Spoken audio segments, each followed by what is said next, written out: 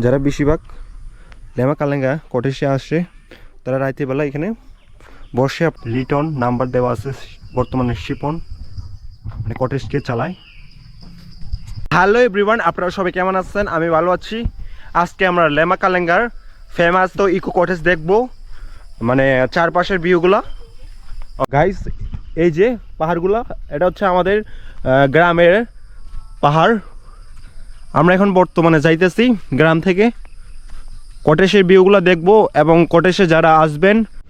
Guys, আমরা কটেজের কাছাকাছি চলে আসলাম, আর 3 থেকে 4 মিনিট পরে আমরা কটেজে যাব। এই যে guys, Rema Kalenga eco cottage, Liton number দেওয়া আছে, বর্তমানে শিপন মানে কটেজকে চালায়।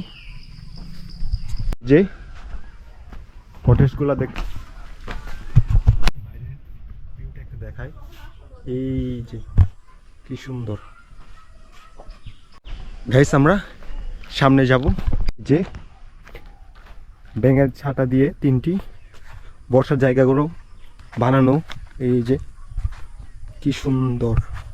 আপনারা যারা বেশিরভাগ লেমা কালেঙ্গা কটেজে আসে তারা রাতেবেলা এখানে খাইস। এই যে কটেজ এত সুন্দর চারপাশগুলা। গাইস, যারা লেমা কালেঙ্গাতে ঘোরার জন্য আসবেন তারা কটেজে অবশ্যই ঢুকবেন।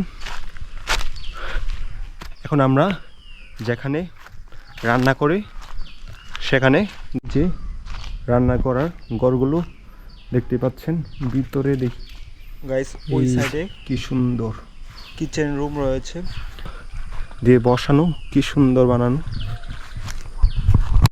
আপনারা যারা কটেজে আসবেন তারা সামনে 10 থেকে 20 মিনিট হেঁটে যাবেন, সামনে টাওয়ার দেখতে পারবেন, অনেক সুন্দর। যে 10 তলা থেকে